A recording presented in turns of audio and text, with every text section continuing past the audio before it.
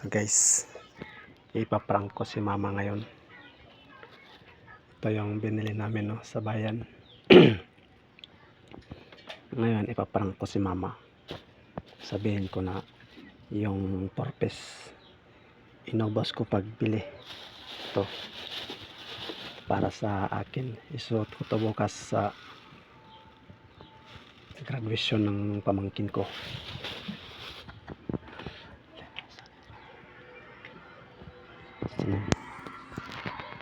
Ma, inubos namin yung purpose mo. Ha? Inubos.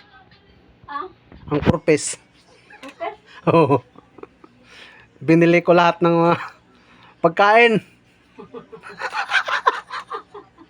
Tatawa lang siya.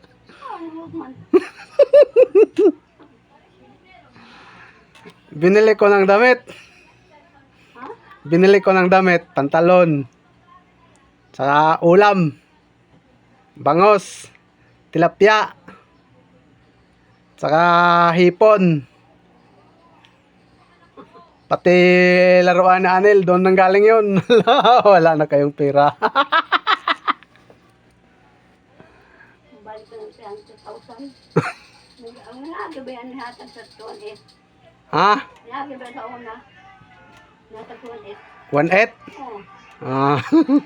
Balik ko lang. Ang saon taman daw na naurot man.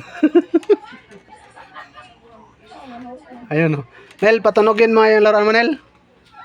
Wala na? Ah, mayroon pa. Ayun o. Binili namin yung laruan na yan, Nel o. Ayan. Tapos doon, nandun yung nilinis yung isda.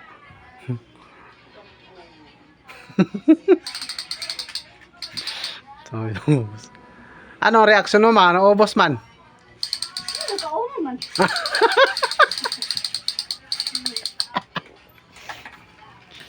Kala ko magagalit, hindi pala nagagalit.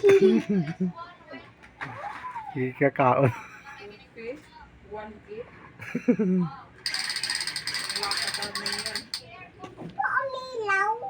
Ha?